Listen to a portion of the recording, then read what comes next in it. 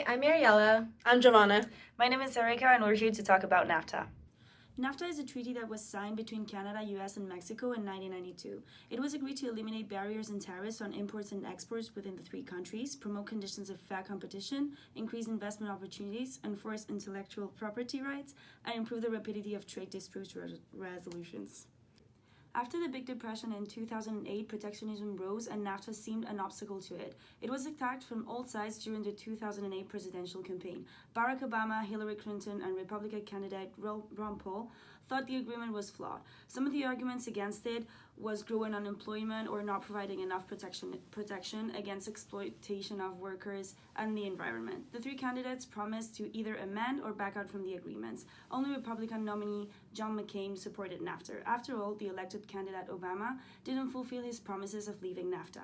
But today, again, US President Donald Trump puts up barriers to the agreement. Increased imports of products that Canada and Mexico have competitive advantages in. This boosted economic growth in all three countries. It also led to lower prices on groceries, oil in the United States. But at the same time, it increased exports of what the US does best, like services. This great thing about trade agreements is even if a country doesn't have a competitive advantage in the global economy or in the global market, they can have an advantage among the other countries in agreement and therefore increase their exports.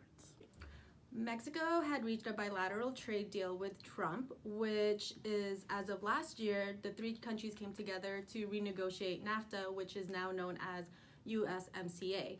With that said, there were 6 major areas that USMCA is actually changing. One would be auto companies and its components, Canada opening its dairy market to the U.S. farmers, Mexican trucks meeting U.S. standards, more protection on patents and trademarks, U.S. drug companies being able to sell products in Canada for about 10 years, and not being able to use Chapter 11 to resolve disputes with governments.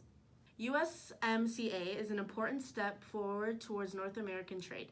It will reinforce strong economic ties between the three countries, reframing certainty in our long-standing trade relationship, fostering goods as well as paying jobs for Canadians. Canada is the only G7 country to have trade agreements with all G7 countries. When the USMCA goes into effect, it will help Canadians compete globally and prosper in a healthy, integrated North American economy.